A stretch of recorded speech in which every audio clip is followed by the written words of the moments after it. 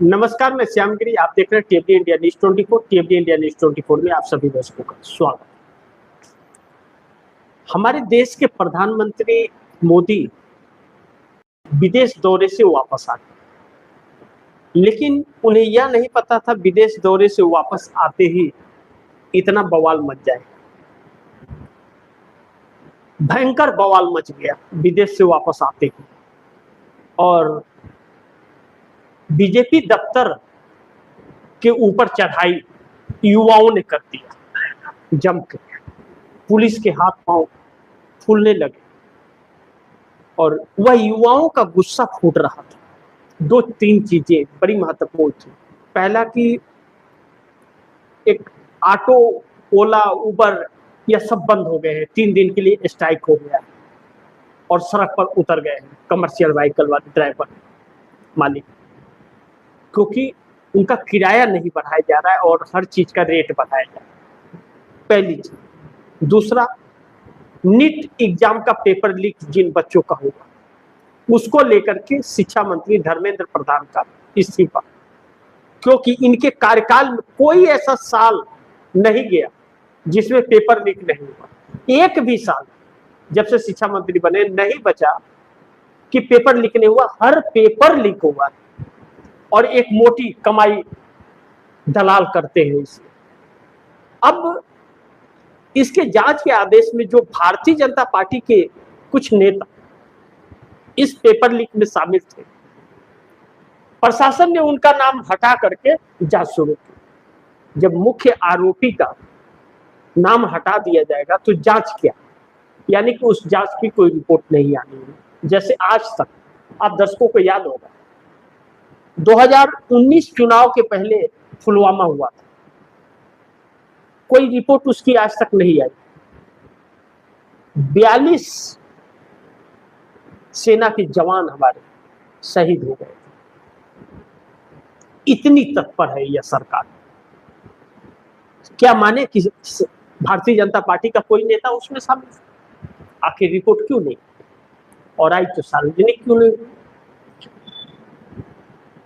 पहलगाम, उसका भी कुछ अता पता नहीं।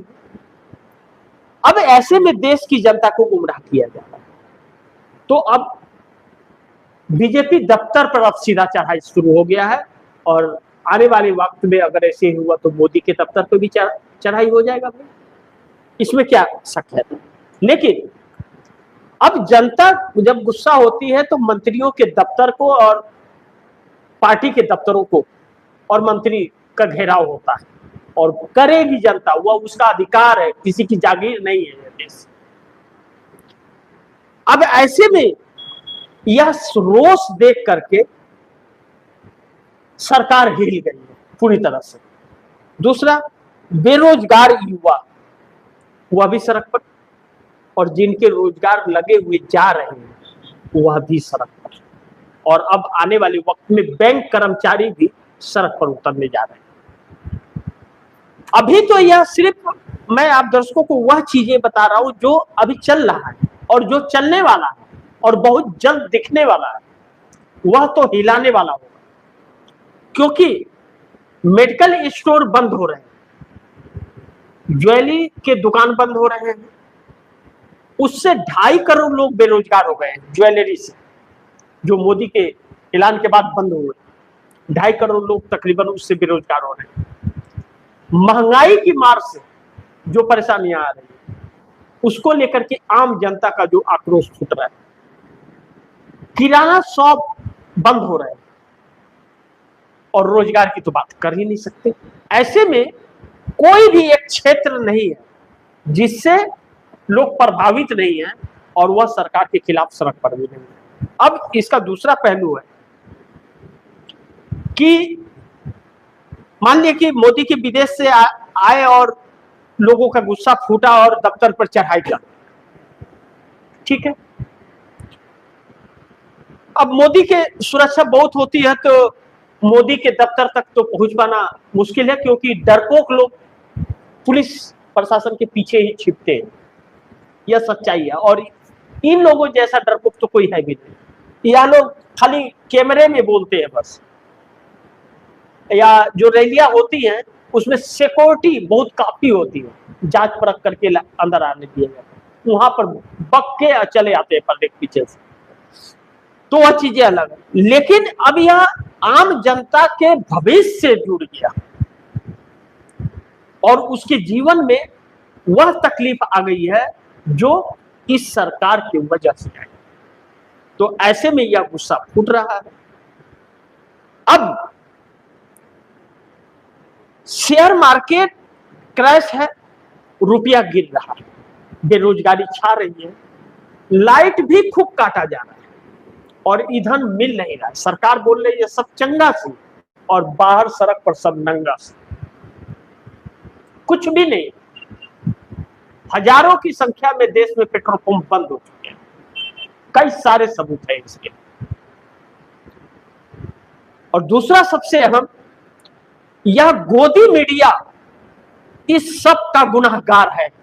इस देश का सबसे बड़ा गुनहगार यह गोदी मीडिया है, जो सच्चाई को पूरी तरह से छिपा दे रहा है और इस सरकार के नाकामियों को इसका मास्टर स्ट्रोक बताता है, सिर्फ इसलिए कि इस सरकार की दलाली करने के लिए उसे मोटी रकम मिलेगी।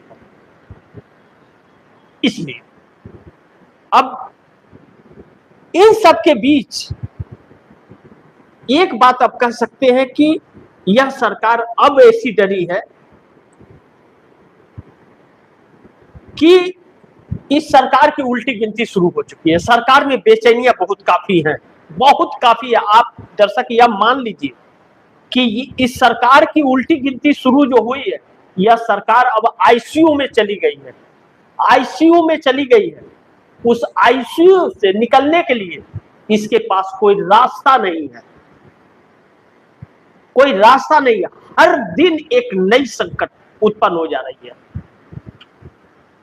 रुपया फिर 97 के पार चला गया, फिर 97 से कुछ कम पर आकर के टिक गया। इंपोर्ट एक्सपोर्ट पूरी तरह से प्रभावित है।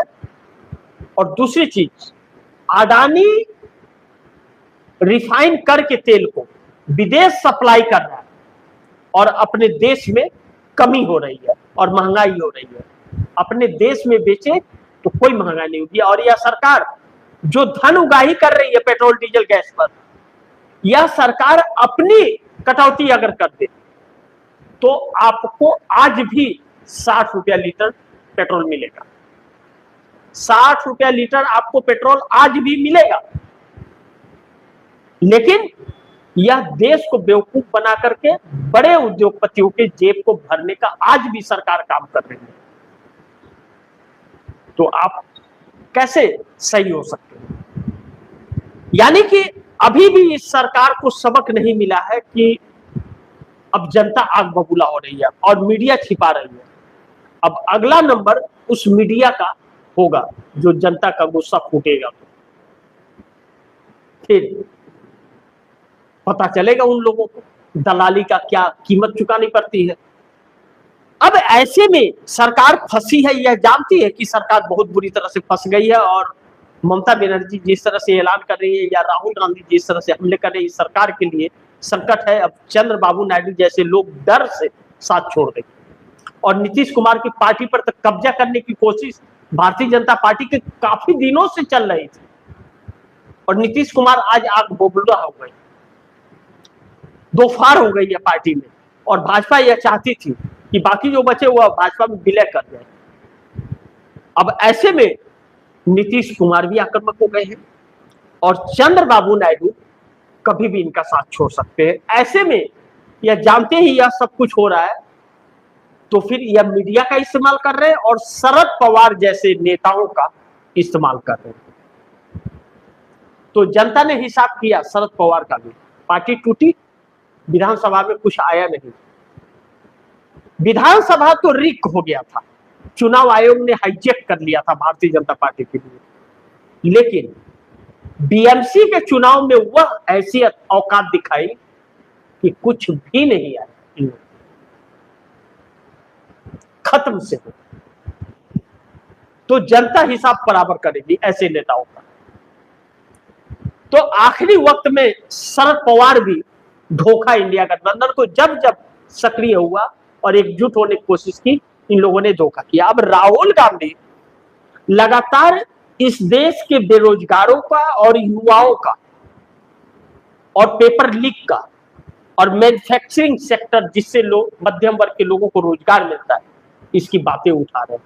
अब राहुल गांधी ने इस मोदी और शाह को गद्दार कह दिया तो मोदी को देश बता दिया गया कि देश का को गद्दार बोले। मोदी मतलब देश, मतलब ये लोग गिरगिट से भी ज्यादा रंग बदलते हैं। अब ऐसे में गुस्सा फूट रहा है लोगों का कि यहां मांग हो रही है कि पेपर लीक हुआ जांच हो और शिक्षा मंत्री का इस्तीफा हो, तो मुद्दे को डाइवर्ट किया जा रहा है किधर, राहुल गांधी की तरफ, कि ध्यान उधर जाए। प्रधानमंत्री को गद्दार बोल दिए। अरे गद्दार को गद्दार नहीं बोलेंगे तो क्या बोलेंगे, क्या बोलेंगे बताइए? या बोले गद्दार तो ठीक है, लीडर ऑफ अपोजिशन को यह गद्दार बोले तो ठीक है, और इनको गद्दार बोले तो गलत।